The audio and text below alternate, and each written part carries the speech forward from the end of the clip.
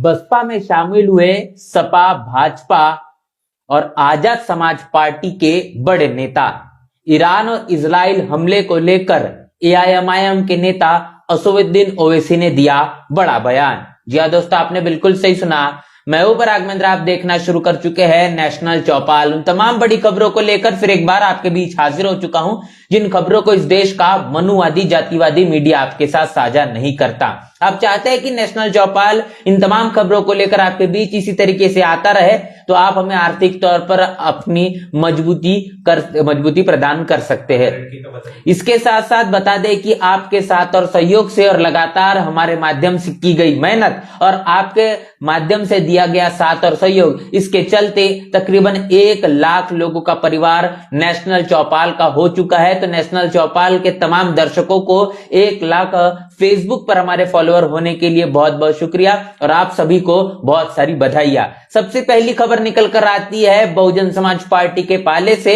2027 के विधानसभा चुनाव के चलते बहुजन समाज पार्टी लगातार संगठन समीक्षा बैठकें कर रही है और जिसके साथ साथ बहन मायावती के जरिए जिस मुताबिक पूरे उत्तर प्रदेश में बहुजन समाज पार्टी को लेकर जो दिशा निर्देश दिए जा रहे हैं, इसके चलते तमाम राजनीतिक पार्टियों के नेता अब बहुजन समाज पार्टी से सबसे ज्यादा प्रभावित होते नजर आ रहे हैं, जिसमें भारतीय जनता पार्टी हो या समाजवादी पार्टी हो या फिर चंद्रशेखर आजाद इनकी पार्टी आजाद समाज पार्टी की ना हो। बहुजन समाज पार्टी के जरिए आज एक समीक्षा बैठक का आयोजन किया गया था।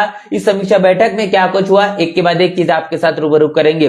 बता दें कि मंझनपुरा बसपा का कार्यालय है, जहां पर कौशाम्बी में मंडल स्तरीय बैठक और इस बैठक में जनपद प्रयागराज, फतेहपुर और कौशाम्बी और प्रतापगढ़ के तमाम वरिष्ठ जो पदाधिकारी हैं, इनके माध्यम से आज संगठन की जो बैठक है इसको आयोजित किया गया था, जिसमें मुख्य अतिथि के तौर पर प्रयागराज गोरखपुर मंडल के मुख्य जो जोन प्रभारी है, इंचार्ज है, पूर्व सांसद घनश्याम चंद्र खैरवार, ये मौजूद थे। इसके साथ साथ कार्यक्रम की जो अध्यक्षता के तौर पर डॉक्टर मदन राम जो मुख्य इंचार्ज है आजमगढ़ और प्रयागराज मंडल के, ये भी मौजूद थे और इनकी मौजूदगी में समाजवादी पार्टी से, खासतौर पर भारतीय जनता पार्टी से और चंद्रशेखर आजाद इनकी पार्टी से तमाम संख्या में, बड़ी संख्या में जो लोग हैं वो बहुजन समाज पार्टी में शिरकत करते हैं।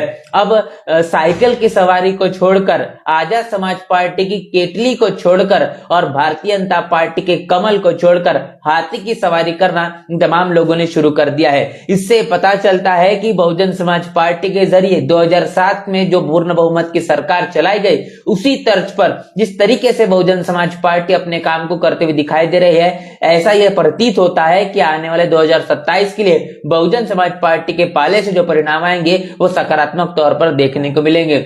ईरान और इजराइल के बीच तमाम तरीके की जो तनाव और हमले की खबरें देखने को मिल रही है, इस तमाम खबर को लेकर पूरे दुनिया में प्रतिक्रियाओं का सिलसिला जारी है और वंचित बहुजन आघाड़ी के राष्ट्रीय अध्यक्ष प्रकाश आंबेडकर इन्होंने भी अपना बयान साझा किया है। प्रकाश आंबेडकर ये कहते हैं कि रमजान के पाक महीने में इजराइल, अमेरिका ने ईरान पर जो हमला किया गया है उसका संदेश पूरे मुस्लिम जगत में अच्छा नहीं जाएगा। उन्होंने कहा है कि क्या भारत ईरान के साथ जो तेल खरीदने के संबंध थे उसे बरकरार रखेगा।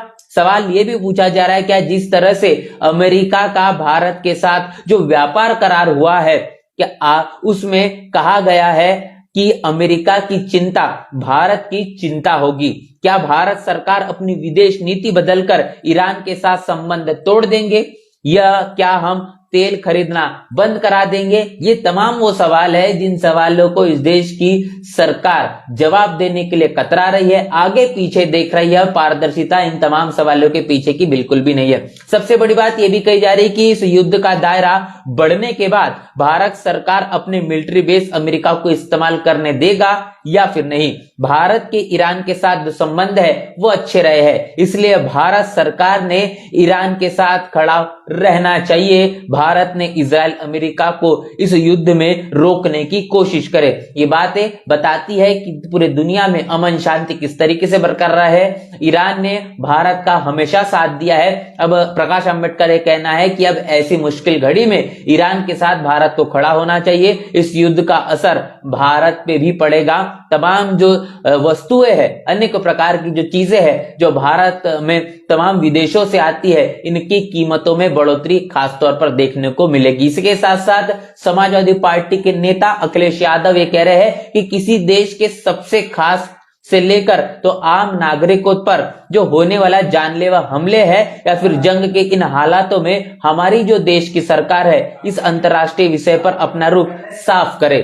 इस पूरे के पूरे मामले को लेकर भारत की सरकार का रुख क्या है, इसका बयान क्या है, आखिर क्या भारत सरकार के मन मस्तिष्क में चल रहा है, इसको साफ करने का काम किया जाए और ये भी बताया जाए कि वो जंग के साथ है या फिर अमन और युद्ध को रोकने की, शांति की बहाली के लिए तटस्थ देश होने के नाते क्या कूटनीति का प्रयास कर रहे हैं। इसके साथ साथ हमारे देश की सरकार को हर संभव स्तर पर युद्ध में मारे जाने वालों की जुड़ी खबरों की पुष्टि करे और इसके पीछे की वास्तविकता क्या है, सच क्या है और ये जनता के सामने रखे। यहां तक कि ये भी आगे कि युद्धकालीन समाचार अक्सर रणनीति का हिस्सा होते हैं और इसीलिए पुष्टि की जरूरत काफी ज्यादा होती है। इंसान के साथ इंसानियत का मारा जाना बेहद अफसोसजनक होता है और इस देश की जिम्मेदाराना व्यवहार करना चाहिए, जो कि मानवतावादी नजरिए से जो होनी चाहिए वो तमाम तरीके की प्रतिक्रिया इस देश की सरकार को करनी चाहिए। ये बात अखिलेश यादव कहते हुए नजर आ रहे हैं। इसके साथ साथ आपको बता दें कि एआईएमआईएम के नेता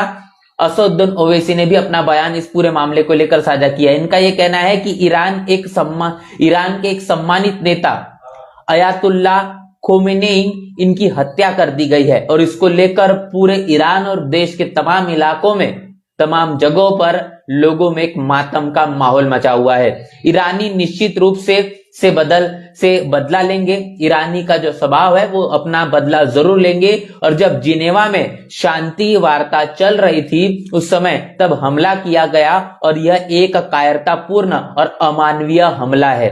इस पूरे हमले को कायरतापूर्ण और अमानवीय हमला बताने का काम असदुद्दीन ओवैसी कर रहे हैं और इतना ही नहीं, आगे वो कहते हैं कि युद्ध के आर्थिक कुप्रभाव पर भी ओवैसी का बयान है कि अगर ये युद्ध इसी तरीके से जारी रहा तो तेल की कीमतें बढ़ेगी और $1 के अंतर का भी भारतीय अर्थव्यवस्था पर बहुत बड़ा असर पड़ेगा। तेल की कीमतों में और डॉलर की कीमतों में बढ़ोतरी देखने को मिलेगी।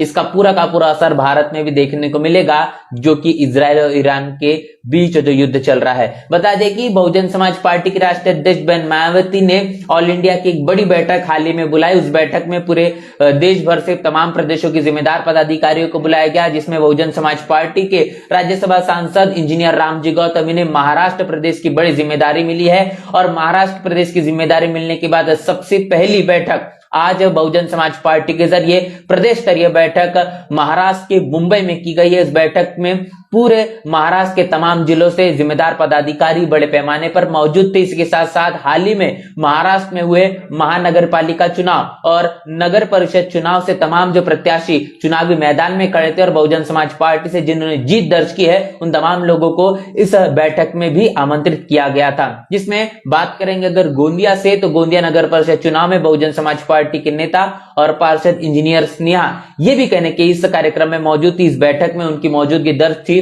इस बैठक में क्या कुछ हुआ है आपके साथ साझा करेंगे। आने वाले तमाम लोकसभा चुनाव को लेकर दिशा निर्देश दिए गए हैं। संगठन को हर एक स्तर पर चुस्त और दुरुस्त करने की बात कही गई है और इस मामले को लेकर स्वागत करते हुए इंजीनियर स्नेहा इनके जरिए बहुजन समाज पार्टी के राज्यसभा सांसद और महाराष्ट्र प्रदेश के प्रभारी इंजीनियर रामजी गौतम इनको पुस्तक जो है वो माननीय कांशीराम साहब की ये गिफ्ट करने का देने का काम किया गया है और इस पुस्तक के साथ साथ पुष्प गुच्छ और ये बात को कहने की साझा करने की कोशिश की गई है कि जो जिम्मेदारी बहुजन समाज पार्टी की नजर से दी जाएगी उन तमाम जिम्मेदारियों को पूरा करने का काम किया जाएगा। तो माननीय कांशीराम साहब जो संसद तक और माननीय कांशीराम साहब के जरिए संसद में तमाम जो बातें बोली गई है उन तमाम बातों को लेकर आखिर किस तरीके से आने वाले भविष्य में बहुजन समाज पार्टी और अम्बेडकरवादी राजनीति काफी ज्यादा अहमियत रखती है वो तमाम बातें साझा करने का काम किया गया है। इसके साथ साथ आपको बता दें कि वंचित बहुजन आघाड़ी के राष्ट्रीय अध्यक्ष प्रकाश आंबेडकर ये लगातार देश के प्रधानमंत्री मोदी इन्हें मुद्रा मोदी नहीं तो मुजरा मोदी कहते हुए नजर आ रहे हैं और इन बातों को लेकर साझा किया जा रहा है कि अमेरिका के साथ भारत की जो ट्रेड डील हुई है, डोनाल्ड ट्रंप और अमेरिका के बीच जो समझौता हुआ है, इस समझौते में पारदर्शिता बिल्कुल भी नजर नहीं आ रही। आखिर वास्तविकता क्या है इसको साझा करने का काम नहीं किया जा रहा। प्रधानमंत्री मोदी तमाम तरीके की चीजों को छुपाने का काम कर रहे हैं। ऐसे में ये देश के लिए काफी ज्यादा घातक है। अनेकों मुद्दे को लेकर और खासतौर पर अमेरिका और भारत के बीच हुई इस ट्रेड डील के पीछे की वास्तविकता को जानने समझने के लिए प्रधानमंत्री मोदी पर एक दबाव बनाने के नजरिए से एक बड़ा राष्ट्रव्यापी आंदोलन करने का आगाज वंचित बहुजन आघाड़ी के राष्ट्रीय अध्यक्ष प्रकाश अंबेडकर इनके जरिए किया गया था। और आने वाले 2 तारीख को मतलब कल 2 मार्च को प्रकाश अंबेडकर इनके जरिए महाराष्ट्र के मुंबई में एक बड़ा आंदोलन होगा। इस आंदोलन को लेकर कांग्रेस के राष्ट्रीय अध्यक्ष मल्लिकार्जुन खड़गे और कांग्रेस के नेता विपक्ष के नेता राहुल गांधी इनको न्योता भी दिया गया था। इस आंदोलन को लेकर राहुल गांधी के जरिए हरी झंडी तो दिखाई गई है। अब देखना यह होगा कि इस राष्ट्रव्यापी आंदोलन में जो आयोजित किया गया है, जो बुलावा दिया गया है प्रकाश अंबेडकर इनके जरिए, क्या राहुल गांधी इस आंदोलन में अपनी मौजूदगी दर्ज करते हैं और इस आंदोलन से इस देश के अंदर चलने वाली, खासतौर पर महाराष्ट्र में भारतीय जनता पार्टी की सरकार और केंद्र में चलने वाली भारतीय जनता पार्टी की सरकार, इस डबल इंजन की सरकार में कानों में कोई जू रेंगती है। सवालों को लेकर लगातार तीखी प्रतिक्रिया करते हुए प्रकाश अंबेडकर नजर आ रहे। इन तमाम सवालों का क्या जवाब दिया जाता है या फिर नहीं, ये तो वक्त के साथ ही पता चलेगा। तो कल एक बड़ा आंदोलन होने वाला है महाराष्ट्र के मुंबई में, और सीएसटी जो महाराष्ट्र मुंबई में सबसे खास महत्वपूर्ण प्राइम लोकेशन है, उस जगह पर यह आंदोलन होने जा रहा है। तो ये तमाम वो खबरें इस देश का मनुवादी जातिवादी मीडिया आपके साथ साझा नहीं करता। इन खबरों को लेकर आप क्या सोच रहे हैं, आपकी क्या राय है, आपकी राय आपकी प्रतिक्रिया में लिखकर कमेंट बॉक्स में जरूर बताएं। बने नेशनल चौपाल के साथ, मिलते नए वीडियो में, तब तक के लिए जय भीम जय भारत।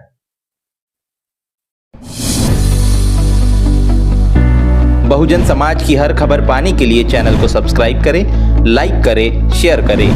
नेशनल चौपाल को बचाने के लिए ज्वाइन बटन क्लिक करके चैनल की सदस्यता लें और चैनल को आर्थिक मदद करें।